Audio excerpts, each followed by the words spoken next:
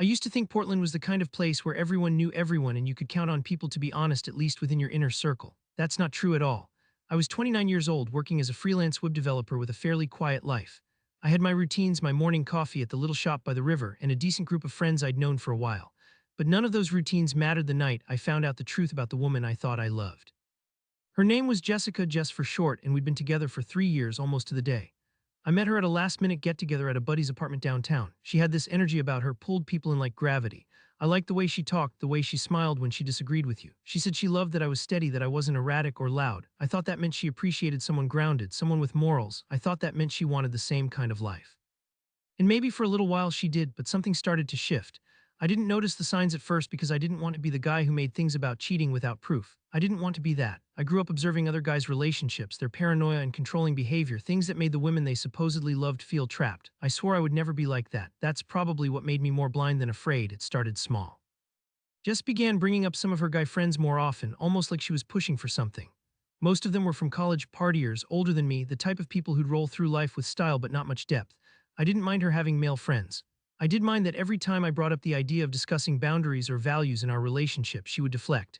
It wasn't until later that I realized how many things she didn't want to talk about. We had only lasted as long as we did because of compromise. Jess wanted sex more often. I was waiting for marriage because of my faith. We had agreed to stop having it after the first 2 years together when I told her I wasn't mentally, emotionally, and spiritually ready. I thought that meant we were both still invested, but she rarely brought up the idea of engagement, and when I once brought it up, she told me not to make things complicated. I loved her enough to bite my tongue. I thought that's what love meant, brought her closest guy friend out of the blue one night. Ian used to be her track teammate in college. According to her, they were just friends, but there was something about how she acted around him. Every time I asked anything about how often they spoke, she would laugh and say that it's not like I'm dating him or anything. I remember how that felt because it's the kind of thing people say when they don't appreciate the boundaries but think you're being overreactive. I backed off. She started getting colder after that, started dressing differently, wouldn't respond to my messages easily. When I saw her, her eyes weren't focused on me, like she was there but not really, and the weekends we spent together became more tense. We went hiking in Forest Park once, and I'll never forget how she snapped at me for breathing too hard and laughing it off as a joke, calling me a spineless hiker in front of random strangers. That wasn't like her. I should have asked more questions. I should have stopped trusting silence. About 2 months before we finally split up, she told me she wanted to visit Ian to catch up, an innocent trip, she said. I was okay if she had to do that, I guess, but I told her I wasn't thrilled. She acted annoyed, like I was attacking her. But she agreed not to do it again during the relationship. That was fair. And it would have been okay, except I couldn't sleep the night she was supposed to come back. So I checked the status on Snapchat. It was our relationship long enough to learn that she was the one who always insisted we share locations. I had never done that with anyone else, but she said it was cute that it showed we were close. She turned hers off that night though, and I don't know why, but I grabbed my keys and drove toward her neighborhood and waited outside until she came home. That waiting was worse than the breaking up part. I cursed myself the entire time. Watched parked cars glance at me sideways like I was some loser boyfriend who crossed a line. But as soon as I saw her pull up at 11:30, all my instincts confirmed it first without any actual evidence. It just clicked. Something was off. Something had always been off, and I didn't do anything that night. I sat in my car thinking, wondering what I could even say. I went back home and pretended like I didn't know. 2 weeks passed. The silent distance between us had expanded like a canyon. Our conversations grew short, cold. I tried to make jokes, but they landed like stones, so I went along with it, numb and defeated, until the night she sat me down. It was in my apartment in Pearl District, gray walls, stationary bikes in the corner, coffee table we never stains tested. She looked at me like I was about to be handed the worst gift in the world and told me she didn't think we would work out, of course. But as I sat there, embarrassed and hurt and almost ready to protest, just confusing myself into trying to fight for something broken, she paused. She said she had something to tell me. She hesitated. And then, like she couldn't keep the lie together, she finally muttered the words that collapsed the fantasy I had been clinging to. She told me she had slept with Ian. Every part of me just snapped into clarity. The pressure that built up inside me felt like fire in my chest. I remember getting up, going to my garage, and pulling out the box of her things. I gave it to her in silence, and when she tried to remind me that his mom still got me a Christmas present, I walked off. The moment was over. I didn't want presents. I didn't want symbols. What I did feel I couldn't explain at the time, but it made sense later. Like I had been given permission to tear something apart because it was never mine. That heaviness that had lived in me during our last few weeks suddenly evolved into something new. Not rage, not even sorrow. Maybe deep regret for not trusting myself. Then months went by. I started rebuilding everything. Swore off any other relationships with women who valued their guy friends overtly. That was a line I had drawn since. I also promised myself to stop giving in to people who constantly manipulated me through emotional blackmail. Jess wasn't the first, and she sure wouldn't be the last, but I decided I needed better, or I didn't need one at all. 4 months out after our breakup, she texted me to say her mom passed away. That took me back a bit. I didn't respond immediately, but I did send her a single message to wish her peace. She didn't answer until recently. It was a strange day. It had been over a year since the breakup, but out of nowhere, she left a brief message asking if I wanted to get coffee sometime.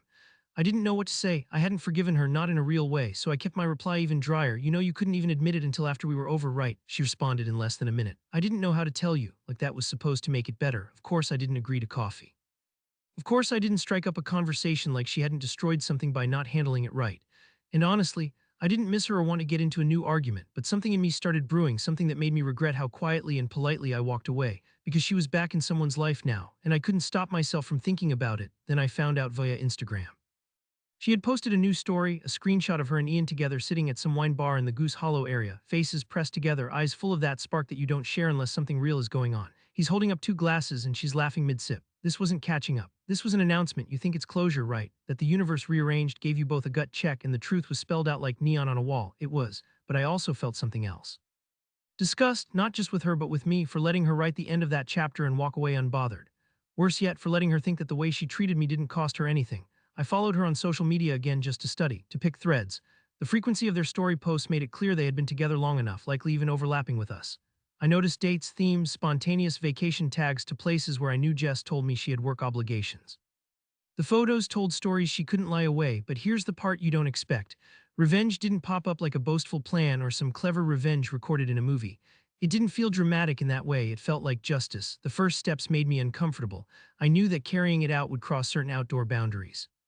But I also knew that, regardless of my leadership skills in that department, she and Ian had created a dynamic in my past relationship that was full of lies and disrespect. And I couldn't let that go unanswered, even if I had to answer in my own way, so I started doing my thing. I worked through the network she had once been part of, our mutual friends and acquaintances. I didn't confront them directly at first, that was risky, but I allowed information to spill carefully from others when I mentioned Jess in conversation. Within weeks, I'd gathered enough anecdotal confirmation to feel less foolish about the way I handled things, including detailed descriptions of late-night calls between Ian and Jess when they were supposed to be keeping it platonic, and sliding shortcuts out of wedding venues when I had been trying to start a conversation about whether we wanted kids someday. They never stopped sharing notes, photos, encounters. People saw them. People knew she hadn't even tried to hide it, so I looked into Ian's world. Found out he worked for this real estate agency in the West End. Up-and-coming influencer-type company that focused on flipping condos and selling them fast. He had a decent-sized Instagram following and a LinkedIn laced with self-made achievements. A few people described him as charming, like lying was his personality. Eventually, I got a lead about a blog he helped run part-time. It was called Urban Trailblazers, and it didn't make much money, but it gave him a voice and some sway in the local Portland community. He posted feel-good stories about patching up relationships or healing messy family dynamics. Real substance mixed with spiritual hollowness. He was pretending to be wise and balanced after what they had done to me, so I cracked my fist open and plotted quietly. I stopped drinking. I stopped lying to myself. I built a burner profile under a fake name, Emily, younger, blonde, with half a following on her new page. Emily was a yoga instructor and aspiring writer with a small but growing presence. She was smart, intense, the kind of person who wrote posts about boundaries and earned respect instead of asking for it. I reached out to Ian pretending I was Emily. Told him I had admired his balance between meaningful stories and career.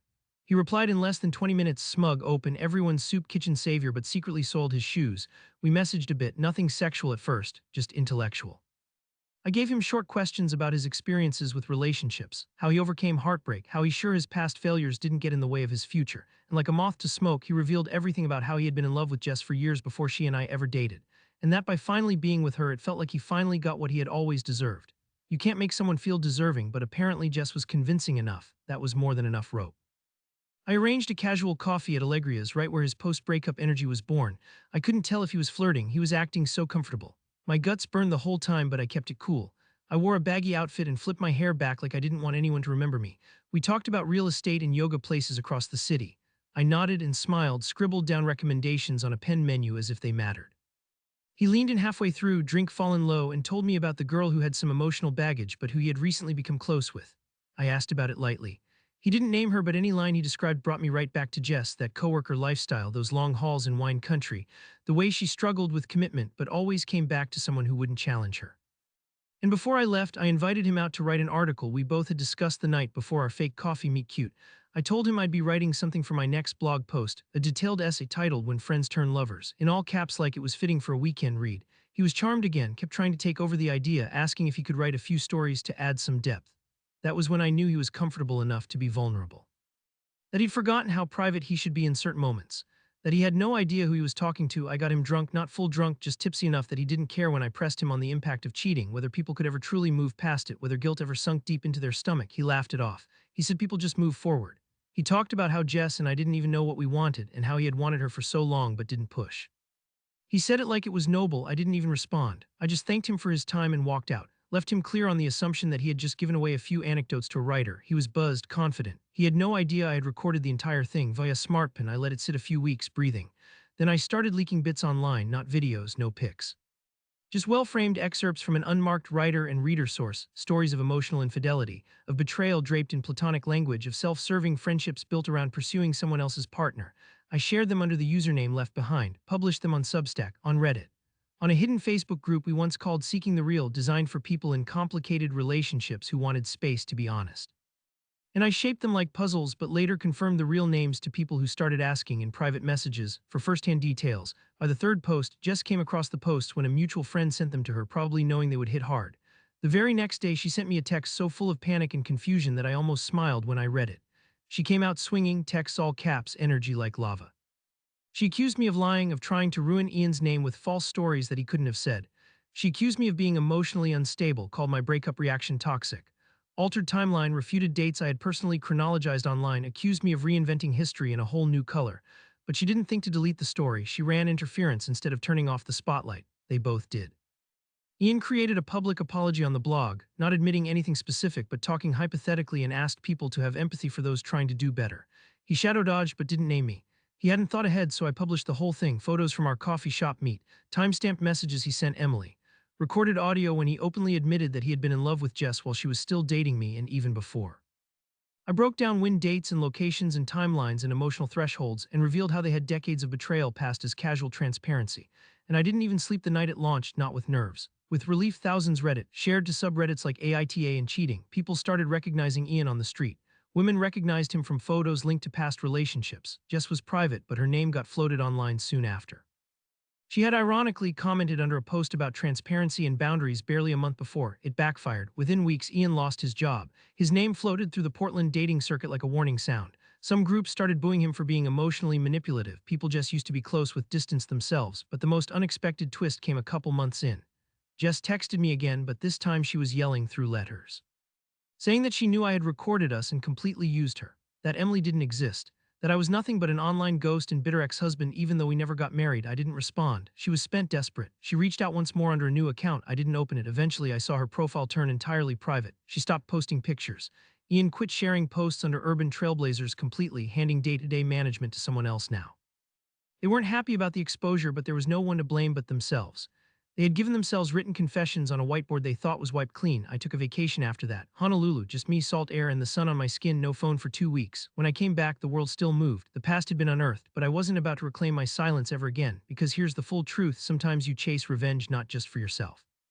Sometimes you do it to teach the world how people like Jess and Ian try to rewrite their endings. Because empathy does not mean standing back while your partner listens to someone else's calls while lying to you. It doesn't mean letting someone act surprised when she decided to love someone else while pretending to still love you. Jess learned not to trust the people she thought she could maneuver. Ian learned that charm can cover betrayal, but only for so long. And I learned how important it is to stop pretending my gut is wrong when it tells me the truth. The problem with people like them: they start relationships thinking they control the narrative. That's not true anymore, because I figured out how to break silence, and this time I made sure they didn't get to shut it down.